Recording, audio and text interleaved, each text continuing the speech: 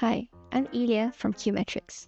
Welcome to today's episode of 2-Minute Tuesdays. There are a couple of common issues when OfficeConnect is first installed. This video will give you some pointers to assist with initial troubleshooting. The first situation is when the add-in is first installed, but we can't seem to find it in our ribbon, as you can see here. It might be that we need to enable the add-in for Excel. To do so, click on File and Options, then Add-ins, and first let's check for any disabled items.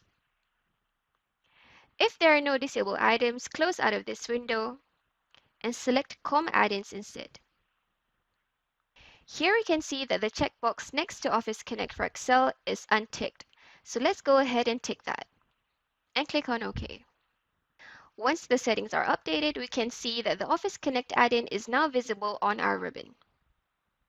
Next, if the add-in is now appearing but we can't seem to see any data, we'll need to check for the user settings in Adaptive.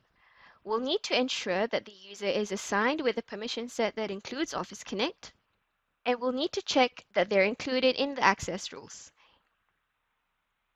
They can be part of the rule either with its own individual rule or within a user group. Do you need help with Workday Adaptive Planning?